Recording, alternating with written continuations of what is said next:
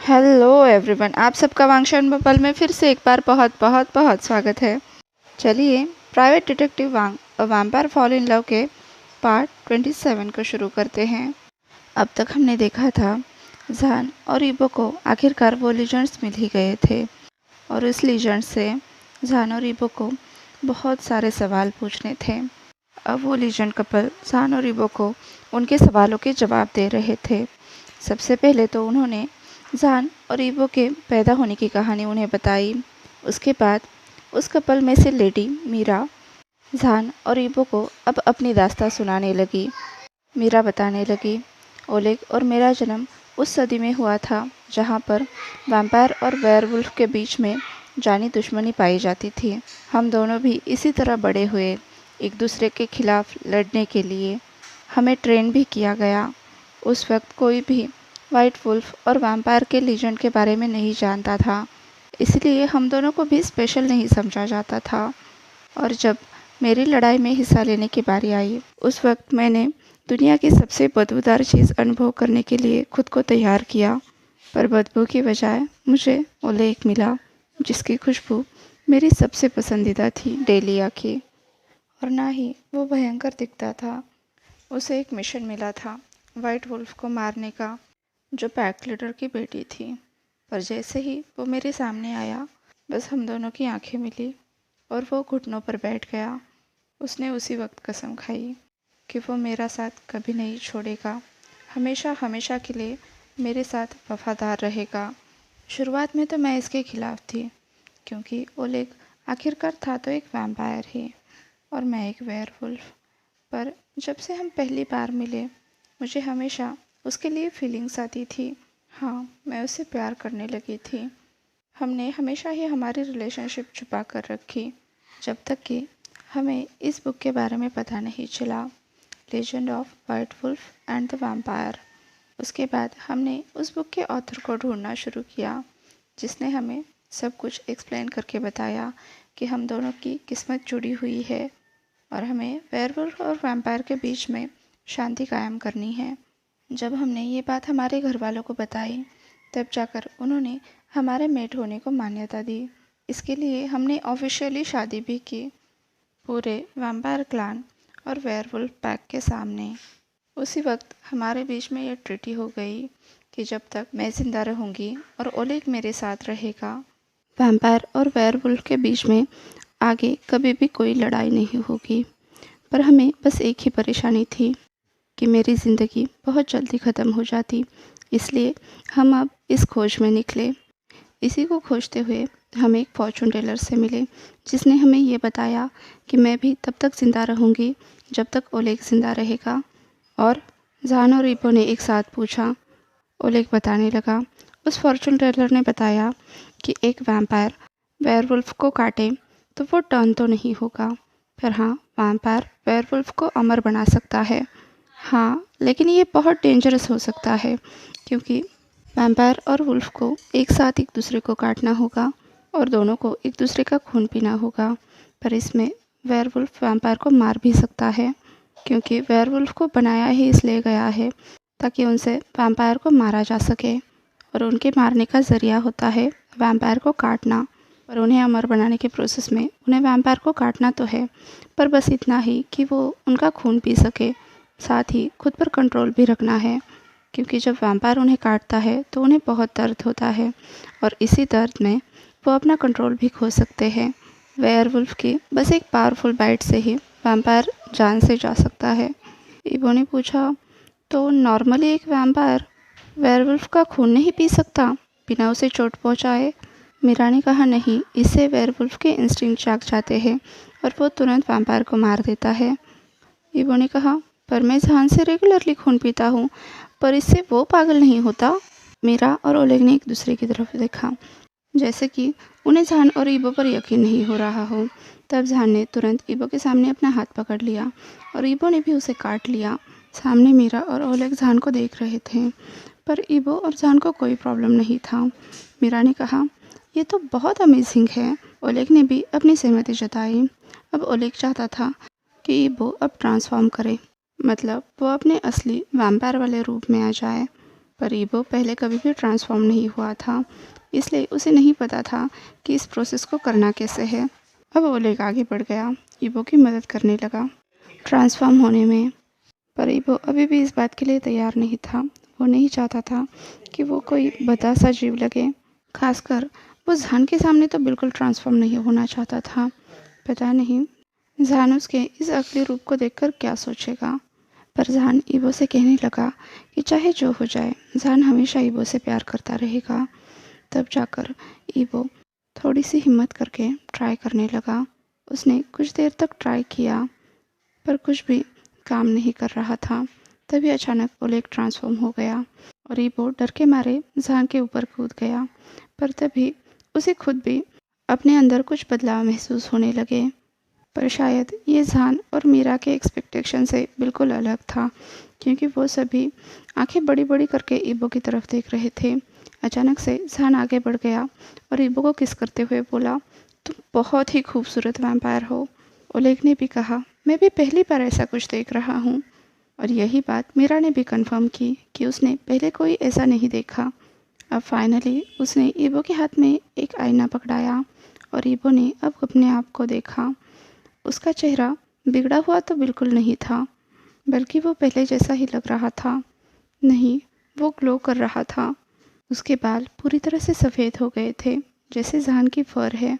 पर उसकी आंखें वो क्रिस्टल ब्लू कलर की थी, जैसे उनमें सितारे चमक रहे हो।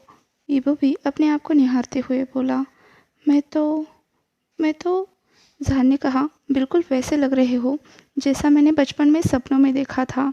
पता नहीं क्यों, पर ईबो बिल्कुल भी वैम्पायर की तरह नहीं लग रहा था। वो तो ऐसे लग रहा था जैसे कोई एल्फ हो। ये बहुत ग्रेट था। मतलब उसके दांत छोड़े जाए, जो वैम्पायर्स की निशानी होती है, उसके अलावा ईबो के अंदर वैम्पायर वाला एक भी गुण नहीं था। शायद इसीलिए ओलेग और मीरा कह रहे थे कि उन्होंने कभी भी ईबो के जैसा वैम्पायर नहीं देखा। ओलेग ने फिर से एक बार आश्चर्य करते हुए कहा, पता नहीं मैं कितने सालों से ज़िंदा हूँ। मैंने तो गिनना तक छोड़ दिया है, पर इतने सालों में मैं इतने सारे वैम्पायर से मिला, पर कोई भी तुम्हारे जैसा नहीं था। तुम बहुत स्पेशल हो। जान ने ईबो के गाल पर किस करके कहा, हाँ, मेरा ईबो तो बहुत स्पेशल है। वो ईबो की तरफ प्यार से देखते हुए बोला, बस उसकी खुशबू रेड रोजेस की नहीं है, वो खुद भी बिल्कुल एंजल की तरह है। खूबसूरत, ये cold soft cheeks, blue eyes, सफ़ेद बाल, सफ़ेद स्किन। बस एक चीज़ मिसिंग है, उसके पंख। ईबो ने मुस्कुराकर कहा, आई लव यू जान। जान ने भी खुश होकर कहा, मैं भी तुमसे बहुत प्यार करता हूँ मेरे क्यूट लिटिल वैम्पायर, और ये बात कभी नहीं बदलने वाली। मीरा ने कहा, तुम दोनों तो बिल्कुल एक दूसरे के लिए बने हो। मैं तुम दोनों के ये स्पेशल मोमेंट्स स्पॉइल नहीं करना चाहती, पर हमें कुछ चीज़ों पर काम करना है जो बहुत इम्पोर्टेंट है। जैसे कि अब तुम दोनों को दो स्पीसीज़ के बीच में शांति बनाए रखनी है, क्योंकि अब ओलेग और मैं मर रहे हैं। अब पीस ट्रीटी ख़त्म हो जाएगी तो तुम दोनों को एक नई पीस ट्रीटी बनानी होगी। पर वो हम कैसे करेंगे? ईबो ने पूछा। अब ओलेग ने ईबो के हाथ में एक बहुत ही पुराना डॉक्यूमेंट दिया। ऑब्वियसली वो उस ज़माने की पीस ट्रीटी थी। आगे ओलेग ने बताया कि इस ट्रीटी को अब जान और ईबो को साइन करना है। हो सकता है बस ये चीज़ काफ़ी हो इस ट्रीटी को आगे बढ़ाने के लिए। शायद ये बहुत ही सिंपल था। अब मीरा ने एक मोरपंख और स्याही का खाली बैरल आगे बढ़ाया। उसने कहा कि अब ईबो और जान को इस इंक बैरल में अपने खून की बूंदें डालनी हैं। अब इसके बाद जान और ईबो ने उस स्याही से थोड़ा सा खून लेकर उस डॉक्यूमेंट पर अपने नाम लिख दिए, जैसा कि मीरा ने कहा था। इसके बाद तुरंत उनके नाम ग्लो करने लगे और वो डॉक्यूमेंट अपने आप सील हो गया। मीरा ने कहा, तुम दोनों को बस इतना ही करना था। अब ये पीस ट्रीटी ऐसे ही आगे कायम रहेगी और दोनों स्पीसीज़ के बीच में एक नया पीस बैरियर बन जाएगा। ओलेग ने कहा, एग्जैक्टली। अब कहीं जाकर हम आराम से लेट सकते हैं और अपनी मौत के हवाले हो सकते हैं। हम दोनों बहुत सालों से ज़िंदा हैं। अब बस हम दोनों थक चुके हैं। पर शायद अभी मीरा के पास कुछ और इन्फॉर्मेशन थी। उसकी आंखें चमक रही थी। उसने कहा, उस बुक में एक और लीजेंड के बारे में लिखा था। अगर वो तुम दोनों होगे तो शायद तुम दोनों का कोई वारिस भी होगा। वारिस?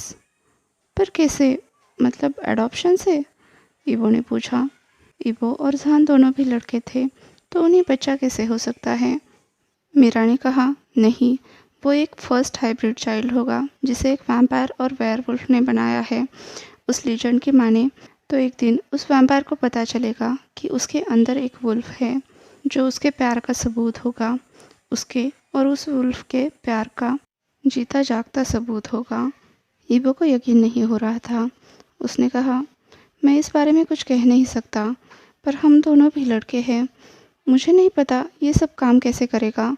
मीरा ने कहा, मुझे भी नहीं पता, इस बारे में कुछ नहीं कह सकते, पर हो सकता है कि ये बात सच हो, क्योंकि हमने तुम्हारे जैसा कोई वैम्पायर नहीं देखा। तो जिस तरह से तुम स्पेशल हो सकता है ये बात भी सच हो, और हो सकता है कि तुम एक चाइल्ड भी कैरी कर पाओ। जहान ने इस बात पर कुछ भी नहीं कहा। शायद उसे ईबो के साथ एक बेबी को जन्म देना ये बात ही बहुत खुश कर चुकी थी। जब जहान और ईबो इस केबिन में आए थे तब जैसे ओलेग और मीरा लग रहे थे, अब वो दोनों उससे भी ज़्यादा कमज़ोर और थके हुए लग रहे थे। अब शायद उन्हें अलविदा कहने का वक्त आया था। अभी भी जहान और ईबो के दिल में ऐसे बहुत सारे सवाल थे जिनके जवाब उन्हें जानने थे, पर शायद अभी उन सवालों के जवाब मिलने का वक्त नहीं आया था। हो सकता है आगे वो इस बारे में और भी पता कर पाए। अब जहान और ईबो वापस अपनी कार में आ गए। कुछ देर तक बात की, फिर सो गए। 10 घंटों बाद जब वो वापस से मीरा और ओलेग के उस केबिन में चले गए तो वहाँ पर कोई नहीं था। लिटरली कुछ भी नहीं, बस कुछ एशेस और डस्ट थी। उसी लिविंग रूम में उस डस्ट के पास एक टेबल पर वो पीस ट्रीटी रखी हुई थी। साथ में एक छोटी सी नोट भी थी। थैंक यू, आखिरकार तुम आ गए। अब हम आराम से मर सकते हैं। और हाँ, भविष्य की चिंता मत करना, बस एक दूसरे से हमेशा प्यार करते रहना। मीरा और ओलेग। ईबो और जहान वैसे ही कुछ देर तक ऐसे ही शांति से बैठे रहे। फिर एक बॉक्स लेकर उसमें वो राख और मिट्टी भर दी। फिर वही जंगल में उसे दफनाया। फिर उसी ग्रेव के पास उन्होंने एक पत्थर रख दिया जिस पर लिखा था, हमेशा के लिए शांति में लीन मीरा और ओलेग। फिर वो जंगल के उस केबिन में वापस चले आए और कुछ देर तक अपने स्पेशल मीटिंग के बारे में सोचने लगे। मीरा और ओलेग के मुताबिक जहान और ईबो को एक साथ एक दूसरे को काटना था और खून पीना था, जिससे वो दोनों इमॉर्टल बन जाएंगे। उन्होंने इस काम को अंजाम देने का सोचा। दोनों ने भी अपने कपड़े उतारे। फिर ईबो जहान की गोद में आकर बैठ गया, उसी की तरफ मुँह करके। फिर दोनों ने एक दूसरे को बहुत पैशनेटली किस किया, फिर लव मेकिंग भी। फिर उन्होंने 3 से 0 तक काउंट डाउन किया, फिर एक साथ एक दूसरे की गर्दन पर बाइट किया। ईबो को जहान का बाइट इतना ज़्यादा महसूस नहीं हुआ, उसे अपना खून पीने का भी ज़्यादा एहसास नहीं हुआ, पर शायद वो दोनों एक दूसरे के लिए पागल हुए जा रहे थे, क्योंकि उन्हें वक्त का अंदाज़ा ही नहीं रहा। वो आसपास का सब कुछ भूल गए। जब दोनों को होश आया, वो ज़मीन पर गिरे हुए थे। ईबो ने नोटिस किया कि वो दोनों पहले के जैसे ही थे, कुछ भी बदला नहीं था। बस उन दोनों ने अपने नेक पर जहाँ पर काटा था वहाँ पर एक निशान बना हुआ था, जैसे कि उनका मार्क हो। ईबो और जहान ने अपनी मंजिल पा ली थी, पर शायद जहान अभी घर लौटने को तैयार नहीं था।